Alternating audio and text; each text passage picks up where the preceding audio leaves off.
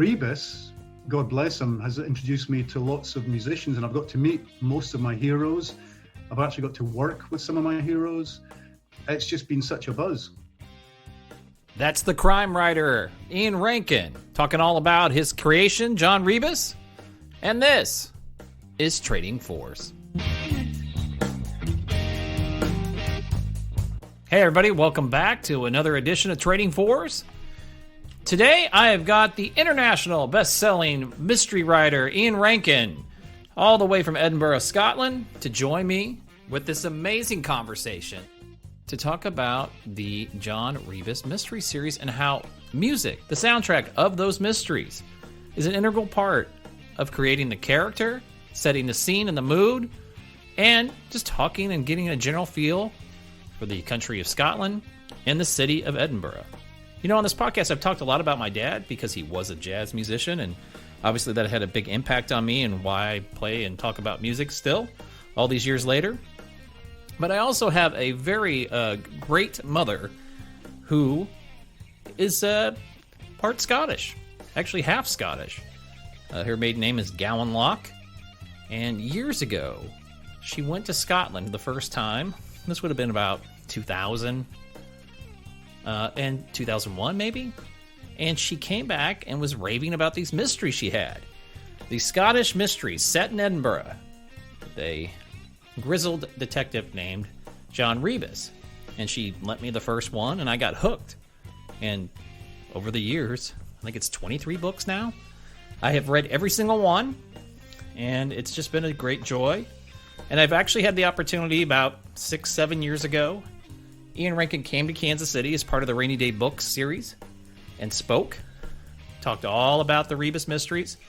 And afterwards, I let him know how much I enjoyed them, and we started talking about Scotland and my family history and all this stuff. So long story short, got to know Ian a little bit, and he's such a nice guy that he actually said, hey, if you're ever in Scotland, I'd meet you at the Ox Bar. So for those of you who don't know, the Oxford Bar is where the fictional character John Rebus hangs out. But it's an actual place. In fact, Ian Rankin goes there all the time. So fast forward to 2018. I am in Edinburgh. And he's true to his word. We meet. And not only do we meet, he buys me a drink. And that's the kind of dude he is. So excited to talk about this podcast. And I want you to take a second and think about Scottish music. When I say music from Scotland, what do you think? Well, it better not be the bagpipes, right? It better be things like this. And this.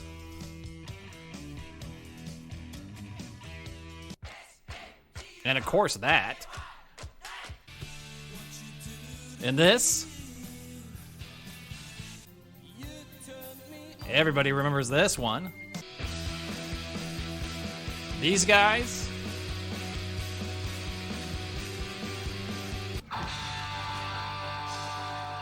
These guys.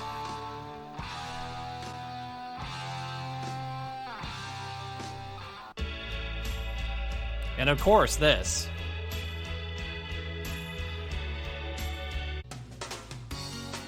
And unless you were under a rock, this too. So I guess what I'm getting at is that Scotland's got a rich history of popular music that has nothing to do with the bagpipes. And that's something that Mr. Rankin listened to while growing up in Fife and then moving to Edinburgh for school. And it helped frame his whole life. So let's get started with my conversation with Ian Rankin all about John Rebus and the soundtrack of the series.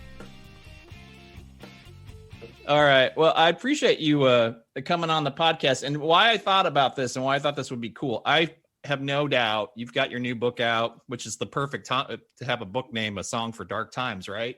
I mean, we certainly are in that. But when people ask you, I'm sure they all want to talk about all the books and they want to talk all about, Rebus and his motivations and Siobhan and all that. And so I'm just curious. I've always loved the fact that music has been such an integral part of these books. And even I started reading your last one, and like in the first scene, he's moving from his apartment upstairs, downstairs. And we talk all about his albums. And then a little later, he has to decide which the first album he's going to play in his apartment. So let's talk a little bit about that. Like, was it something that you intended right off the bat to do? Is it something that's kind of grown into it? What's your motivation for it? I'm fascinated by this. Well, we'll probably get to this in a minute, but like a lot of crime writers, mystery writers, I'm a frustrated rock star. I'd much rather be a rock star than a writer. And most of us are the same. When I started writing the Rebus books, I went back and reread the early ones recently, and he listens to classical music and jazz because I thought that's what existential loner cops would listen to late at night. The problem I had was twofold. One was that I didn't know much about classical music and jazz. And the second one was that a lot of crime writers were already using jazz in their books. There was a British author, an English author called John Harvey. He had a detective called Resnick. Sounds a little bit like Rebus, quite gritty, urban, noir. And he was a big jazz fan. And John actually plays with jazz bands. He knows whereof he speaks. I didn't. So I thought, okay, I've got to get this guy Rebus away from. Michael Connolly was another one who had, jazz started to infiltrate his books as well. I thought, okay, I've got to get Rebus away from classical and jazz. There are too many cops listening to classical and jazz. Why doesn't he listen to what I listen to? So I got him into rock. But he's a few years older than me. When I started writing the series, he was 40 and I was 24. There was a pretty big age gap there. So I've always got to make sure that it's his musical choices, his musical taste, not mine. So there are things that he listens to that I might not much, but probably one or two things. And it's definitely a ton of stuff I would listen to that he probably wouldn't. He's probably not bought an album since about 1975. Right. No, totally. And I think that's really interesting. And this is a very small tangent, but when the Super Bowl was on, and my younger friends on Facebook were all about, why won't people give The Weeknd a chance? And why are all these old people, these curmudgeons and stuff? And then, there's been all these studies about it that when you get to be about 33 years old, something about your mind, it's like you're kind of done with new music for most people. Even if I'm definitely not, man. I mean, I've gone from, I started off when I was in my early teens at high school. It was prog. So, I was going to Genesis concerts. I had all the Yes triple albums, you name it, Rick Wakeman, ELP. And then punk came along, 77. I was 17. Perfect. I made a local punk band where I grew up in Fife, on the east coast of Scotland. Our local band were called the Skids. Their guitarist was called Stuart Adamson. Stuart Adamson went on to form Big Country. They were a big international band for a while. Yep. But he was at the same high school as me. He was 2 years above me at Beath High School. So I got into punk pretty early on. And punk, suddenly it was transformed into stuff like Joy Division. And Nick Cave was coming along. It was getting darker, more gothic with The Cure and bands like that. And I really got into that in a big way. And, even now, I mean, when I put on the record deck now, I'm as likely to be listening to brand new electronica or ambient as I am Alex Harvey Band or something like that from the 70s, or punk. So I've got a pretty eclectic taste, but I don't think Rebus does. So no. I've always, and that's why in this new book, one of the first things that happens is he's driving up north to see his daughter who's in trouble. And he's only got one CD in the car, and it's a CD that's been burned for him by his friend, former colleague, Siobhan Clarke. And it's stuff that he knows and stuff that he doesn't know. She's trying to broaden his musical education. Right. No, it's so true. Well, I think it's really, are you aware of how much, like, there's all these Spotify playlists, like Rebus playlists? Do you know about all that? Yeah, I mean, my publisher, marketing people sometimes make them, fans sometimes make them. I've done one or two myself. Yeah, we had some fun. Before we announced the title of A Song for the Dark Times, we did a playlist, and the first letter of each song's title would make up the name of the book. And that was a little kind of guessing game for fans to try and work out what the title of the next book was going to be. That was great fun for me. I'd much rather talk about music than talk about literature or anything else. Well, then you're on the right show. I know, I'm on the right show. And one of the nice things is having introduced rock music into the books and having a lot of the book titles be song titles or album titles, bands and musicians then start to become fans of the books. And that was my entree to the world of rock and roll. So Rebus, God bless him, has introduced me to lots of musicians, and I've got to meet most of my heroes. I've actually got to work with some of my heroes. It's just been such a buzz. Absolutely. And in a few days' time, or next week, I'm going to be interviewing the Scottish band Mogwai. Their new album is just about to come out, and they asked me, or their management asked if I would interview them for Rough Trade Record Shop in London. So we're doing a lot online next week. So I get these opportunities that would never have been available to me were it not for John Rebus and his love of music. That's so cool, though. I mean, what a great way to fall into that. You know, it's so interesting. You know, I'm a music nerd, so I know this, and Scotland has a really robust music scene. And you just brought up Mogwai. That's just one of a million bands that I can think of, and it's been going on for a while. So last night I was like, I need to look and see like and the one that was the funniest one to me, Ian, was the Average White Band, because they're from Scotland. They do not sound like they're from Scotland. They were booked on a soul show, a soul TV program in the States. And when they turned up, they went, "You're white." They couldn't believe it. They were expecting these black guys to turn up because of the kind of music they play. They come out of Dundee. Dundee, you would think is not, if you've ever been there, you know, it's not a very soulful city, you might think. And yet it produced this fantastic band, the Average White Band. And yeah, I mean, there's a whole slew of rock bands down the ages that have had Scottish members in them. I often, tease friends by saying, what do the Beatles, the Stones, and Cream have in common that gives them a Scottish connection? They all had founder members who were Scots. So in the case of the Rolling Stones, it was Ian Stewart. He was born same part of Fife that I grew up in. He left very young, left very early, but he always had his Scottish roots, and he was a great golfer. So whenever he would book the band into hotels all around the UK, because he was also their tour manager for a while, they all wondered why they weren't in the middle of a city, but they were by a really good golf course. And it was so that Ian Stewart could play a game of golf when he wasn't playing keyboards for the Stones. So they kicked him out of the band. What do they deserved it. I mean, there's all kinds of controversies as to why he got kicked out. Maybe he didn't look the part. Maybe 6 was too many for a band. We don't know. Yeah. But he played on all the great seminal Stones albums, all the great albums that feature Ian Stewart. Then the Beatles, it was Stu Sutcliffe, founder member of the Beatles, went to Hamburg with them, but fell in love with a German woman, a photographer, and then left the band. He was from Edinburgh. Right. And Jack Bruce, the bassist in Cream, songwriter, singer, born Glasgow. So yeah, there's a kind of secret history of rock and roll, which is a real Scottish connection. No, and it's such and you know this, that I'm part Scottish ancestry. My mother's maiden name is Gowanlock. That's why I came to Scotland. I got to hang out with you a little bit, and that was so much fun. What a great! But it's such an integral part of the culture there too. And it's, I think we get these ideas in our head that it's, especially Americans, and I can say that because I am an American. Like they just don't think about how it's this thing that's still going on. It's a very robust music scene. It's a huge part of the Scottish culture, and I think that's great. So it's everything. It's very broad in that you've got Gaelic music, you've got traditional folk music, you've got a really good jazz scene at the moment. Then you've got these really left field rock acts who keep coming out, like Mogwai, right? Who were very niche for a long time. They now fill stadia, but they didn't for a long time.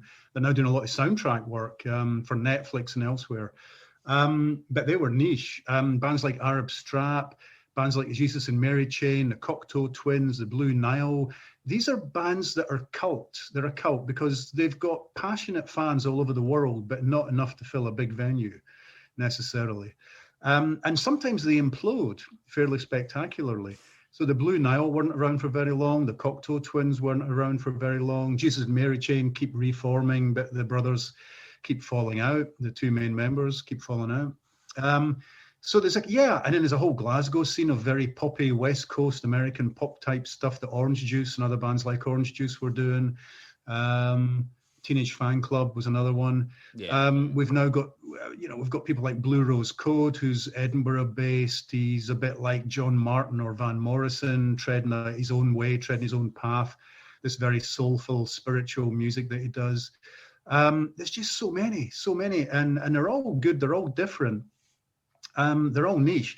I mean, one of the problems is, of course, as you will know, they're having a really hard time at the moment. During COVID, the venues are going to be the last places to reopen. I mean, we just had their first minister, who's like our prime minister, was on TV this lunchtime saying, okay, we're going to start with the schools in a few weeks, and then after that we might start with the restaurants, and after that we might start with hospitality. And you're going, yeah, and the gigs, when do we start with the gigs? And that seems to be a long way down the line. A lot of the tickets I've got for gigs are just being cancelled and rebooked into next year now. I was going to go and see Nick Mason, the drummer from Pink Floyd. He's been touring the early Pink Floyd stuff, and that was supposed to be May last year, got put into May this year. Now they're saying no, it'll be May next year. Right. And you're going, gee, how do you survive? I mean, how do you thrive? And if you're getting started, how do you get started? Because, there's no record stores open. You've got to start punting your own wares. You've got to become your own marketing person and your own branding person and your own promotional person and everything else. Because as you know, a lot of the money that small bands and independent artists make these days is from the merch at gigs. Yep. It's not necessarily from the albums. We've gone 180 degrees from the way the music industry used to be, which was bands touring at a loss to promote an album. They now tour because that's the only way they're making any money. Well, touring has been dead for over a year now. Yeah. No, it's bad. I've had bands from all over the country on. I've actually had a jazz bassist on, Hadrian Farrard, who's stuck in Paris, even though he relocated to Los Angeles, and everybody's sitting there. And then, part of it too, Ian, is when we do get the all clear and open up, kind of to your point earlier, there's going to be such a glut. I've got Doobie Brothers tickets because Michael McDonald was playing with it. I was like, I've always wanted to see the Doobie Brothers. Well, that's been rescheduled twice. So you're going to have all that kind of happening on top of all these bands that want to get out, and it's going to be crazy. So no, we're either going to have to have a COVID passport, or to say you've had the vaccine, or else. I mean, how do you deal with social distancing, and how do you deal with the fact that some people will be very reticent to step back into a sweaty club where they're surrounded by strangers coughing and sneezing and shouting and yelling and spitting in their general direction. So I think persuading people back to live venues is going to be tough on top of everything else. Yeah. It's almost like 9/11 and the fact that the whole world has changed, right? I mean, we still get on planes now, but it's a very different experience than before 9/11. Sure. And I'm lucky. I'm sitting here and I've had a very productive year. Because of COVID, because I couldn't tour. I mean, my very first event cancelled was in March last year. March, I was supposed to be in Virginia doing a book event with John Grisham. That whole festival was cancelled. That was the first thing I had cancelled. Everything after that got cancelled. No festivals, no nothing. I wrote and wrote and wrote. It was like my escape tunnel out of camp pandemic. While I was writing, I didn't have to think about this stuff. Didn't have to live in that world. So the whole of A Song for the Dark Times was written during the pandemic. I've written another novel since that, which is the continuation of a book that was started by a writer I admire, a Scottish writer called William McIlvanney, who died soon after starting the book. So his widow and his estate asked me if I would look at it and try and finish it, which I've done to everybody's satisfaction. I'm now working on a TV project where I'm scripting a TV show. I've done a little play that's online on YouTube that you can see, which is Rebus during lockdown. What would he be doing during lockdown? A one-man play, only 10 minutes long, with the actor Brian Cox, who's in Succession. Yeah, I love Brian Cox. Yeah, well, I was a big Deadwood fan, so I knew Brian from Deadwood. Well, I mean, he's just right for Rebus. He is prime Rebus at this point in time. So I mean, all of that I've been doing, and thank God for that. Thank God for writing, and thank God for music. I mean, I've been doing my bit. I've been buying as much online music as I can. By online, I mean buying albums, CDs from bands' websites, from Bandcamp, you name it. Yep. Buying a lot of merch, like this Spiz Energy t-shirt I bought from the man himself, who is Mr. Spiz Energy, punk band from the late 70s, early 80s. He's still going. This was one. He's almost near hit. Where's Captain Kirk? Great song. Check it out if you don't know it. No, I'm going to have to look that up. I've been doing all of that, but sadly, I also bought a streamer. I said I never would, and I did. Yeah. And so I'm part of the problem as well as the solution, because I know how bad the revenue is for artists whose work is streamed. I know how bad that is.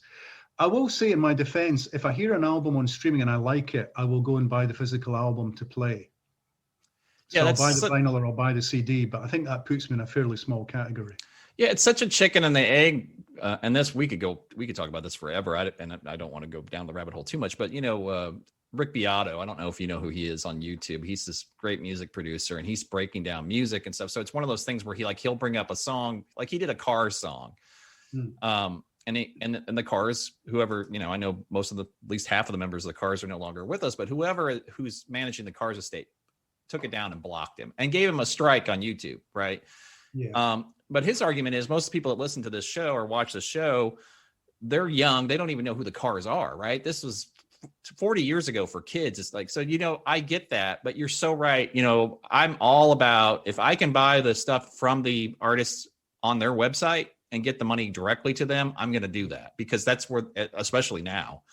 But it's so weird with streaming and how people buy music and how musicians can make money. And, musicians, there's going to be a lot of people that just aren't going to be doing this anymore. I know. And they've had a little bit of success in the book industry. The book industry adapted very quickly to COVID. Bookstores would bicycle the books to you if you ordered them from their website or whatever, or they would leave them outside the door and you would collect them. Publishers were able to get books out there, still keep books getting printed. And festivals started to change. So book festivals did come back, but they came back in this form as online Zoom type festivals to a certain degree of success. And that's looking to be a pattern for a while to come. And music did the same. So Celtic Connections, which is a fantastic 2-week event in Glasgow, usually every January, February. This year was online only. You bought a pass. I think the pass was about $60 US, and that got you access to every concert. And but the weird thing was, of course, there was no audience. Right. There were bands and artists playing in a variety of venues around Glasgow and elsewhere. In fact, all around the world, they were filmed. But it was weird because there was no interaction, there was no applause, there was no nothing. And of course, at the end of the night, the bands and the artists couldn't then sell their music to people. And it's a bit like that with the online book fest. Everything works except for the author. You've not got a nice line of people at the end waiting to get your signature. Right.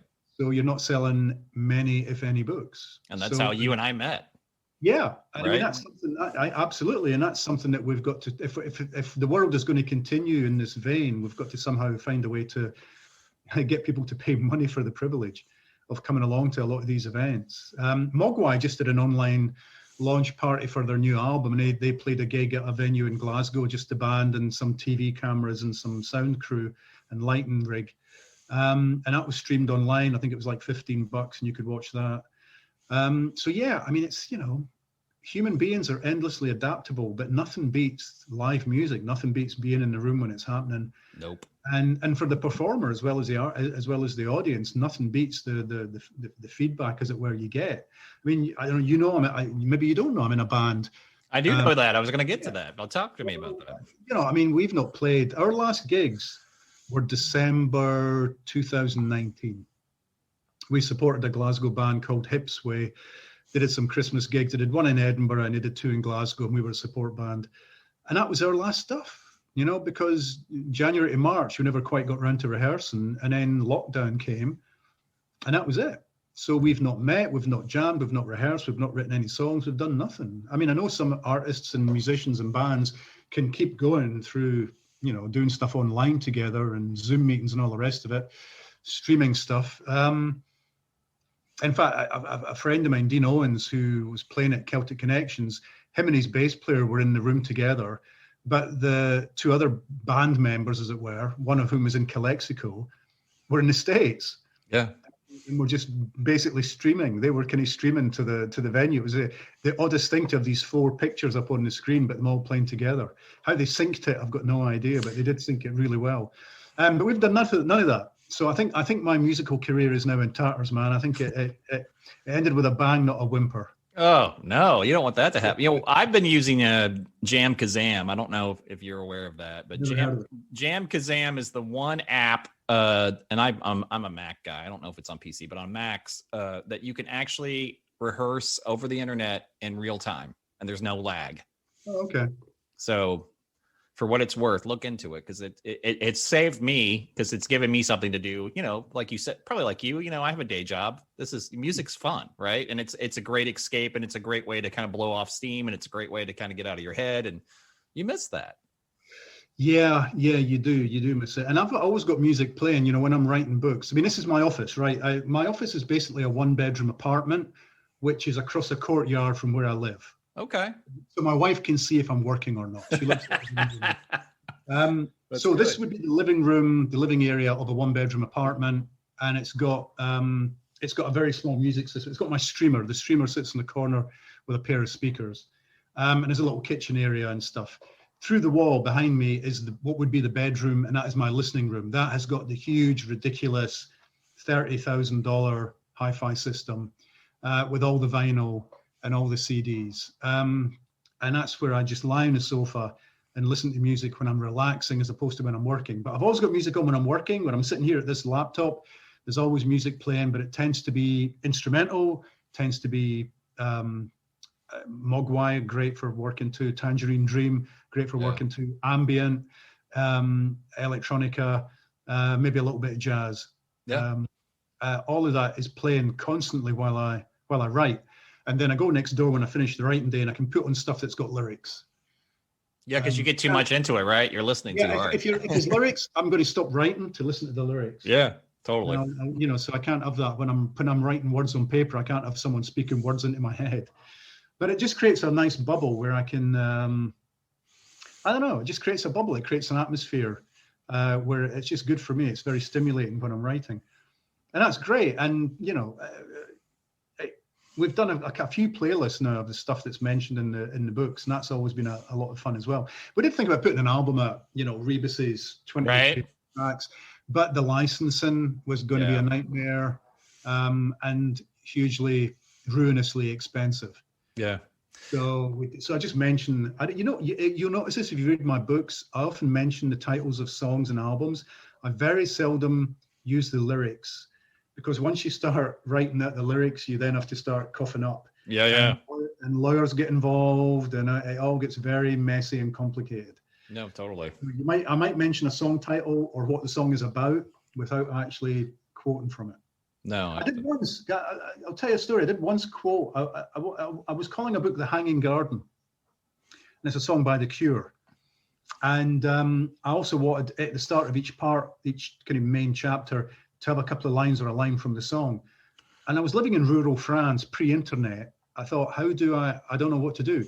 So I got one of my Cure CDs, and there was a fan club address on the booklet. So I wrote to the fan club and explained the situation. And weeks later, I got a phone call to deepest rural France from someone who was the Cure's manager. And she said, listen, I've talked to Bob about this. And he said, it's fine, Robert Smith. Right. He says it's fine, you can quote from the song, it's great, but of course there will be a fee. This was before I was any kind of success story. I was earning no money at all. I said, oh, how much is the fee? She said, a signed copy of the book to Bob when it's published, please. Well, how cool is that? That's of course, no problem at all. Yeah, put the phone down and thought, I have no way of contacting her. Right. I mean, this is pre-internet, pre-smartphones, pre-everything. This was a landline. I didn't know which number she'd called from. It was a UK number, I think, but I was living in France. I'd caught her name, but I only caught her first name. I didn't catch her surname. What did I do? So he never got the copy of the book. And then when the book came out in paperback, softcover, mass edition, I did a little introduction and I mentioned this. And someone eventually showed it to him and said, look, and he got in touch with my publisher, and he finally did get his signed copy of the book. Which was nice. He waited a long time for it. That's a great story. So before we go, let's talk about, you said earlier on that you got to meet some of your heroes, but people that you like through music. Tell me some of the people you've got to hang out with and meet that are musicians. Well, I mean, I've had emails from Pete Townsend. I've never met him, but he's emailed a couple of times to say he enjoys the books. I had Rebus listen to an album by a guy called Jackie Leven, a great musician who not many people know about. He was a fan of the books. I didn't know that. I just thought Rebus would like his music. It's quite masculine. It's kind of singer-songwriter, sort of folk and a bit of everything thrown in, troubadour stuff. Anyway, he was reading the book, saw himself mentioned. He got in touch. We eventually met up. We started working together. We made an album. We toured. So that's a kind of great thing that can happen because of music. Van Morrison found out I was a fan because I mentioned him so many times in the book that he asked me to pen the introduction to his collected lyrics, and then he went on the road with that, and he asked me to interview him on stage. So I got to go on tour with Van Morrison and his band. That was pretty amazing. That's beyond amazing. Being a fan, as people know, of Ian Stewart, the keyboard player in the Stones, they did an Ian Stewart memorial concert in London, and they asked me if I wanted to MC that. So I was able to sit backstage with Mick Taylor, with Charlie Watts, with Ronnie Wood, with Bill Wyman. I've met Mick Jagger along the way. I've met Keith Richards. There's a picture of me meeting Keith Richards behind me over there. Yep. 3 photos in a row. The night I met Keith and he signed a book for me. So, I've got to meet an awful lot of my heroes, and some of them I've got to work with, and some of them have said nice things about the books, and it's just been such a buzz. And, it's the next best thing to being a rock star because you don't have to do any of the hard work. Right. You sit around and wait for them to come to you. Well, that's great. No, I know we had a little fun on Twitter about Van, right? It was you and me and McKenty. Yeah. And hearing stories and stuff. But it's nice that you have such great, Van Morrison is one of my favorite musicians of all time. He's written so many great songs. And he's a nice guy, and behind the scenes he's great and very relaxed and chatty, and he knows all his music, and he's met everybody, he knows everything. But on stage he can be a little bit nervous and uptight, and he was a hard interview. I was interviewing him on stage in huge theaters, and sometimes it was easy and sometimes it wasn't. So I thought, I've done enough of that. I don't think I'll be doing that again. But the one person I didn't meet and I wish I had, I was sitting in a restaurant. I was down in London to record a radio program where you talk about your 8 favorite songs. And my all-time favorite was going to be Solidaire by John Martin. I'm having lunch with my agent and we can hear raucous laughter from a table just outside the restaurant. As we leave, I look and it's John Martin with a couple of his friends sharing their 3rd or 4th bottle of wine. And I thought, do I go and say hello? I've never met him. I've seen him in concert. I love his albums. I bottled it. I was too nervous, too shy. I'd heard some of the stories about him that he could be a little bit fractious from time to time. So I didn't. So, I was in London to record a radio show where I was going to talk about John Martin. I got the chance to meet John Martin and I didn't do it. I wish I'd done it. Yeah. If he told me to go away, right. What's the worst? That's the worst that could have happened. Yeah. And it's still a good story, right? We just, I just saw that the Foo Fighters were on Howard Stern.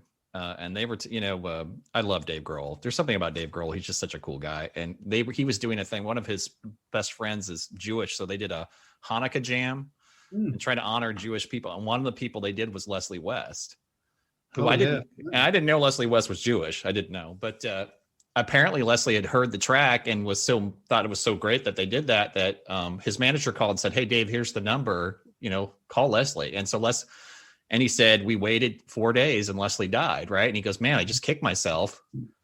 I could have, and I think that's the thing. And maybe that's one of the things with COVID that just kind of, life is fragile. Things can change awfully quick and easy, and you got to make the most of the time. You just don't know. So anyway, well, I appreciate the time. I do want to say before I go, you're one of the nicest people I've got to meet and hang out with. You made my trip in Scotland, and I was completely jet lagged and stupid. I'd actually our flight had gotten canceled. I came in a day later than I was supposed to, and so by the time I got to you, I'd already my family was from Moorbattle, which I don't know if you know where that is. It's down by Kelso. Okay, it's a little dinky town, but my great grandfather was from there, and he actually left because his father died. I actually found the guy's headstone, the whole night. So what I guess I'm saying is by the time I'd gotten to you, I'd been up for I don't know how many hours. It probably didn't make a whole lot of sense, but you could not have been nicer. It was so cool to have a pint with you and see the Ox Bar in person. I actually fell in love with Edinburgh from your books. Had always wanted to see it, and I would argue in a lot of ways that's really the protagonist of your books. Oh yeah. Yeah. That and the Oxford Bar are probably the protagonists in my books.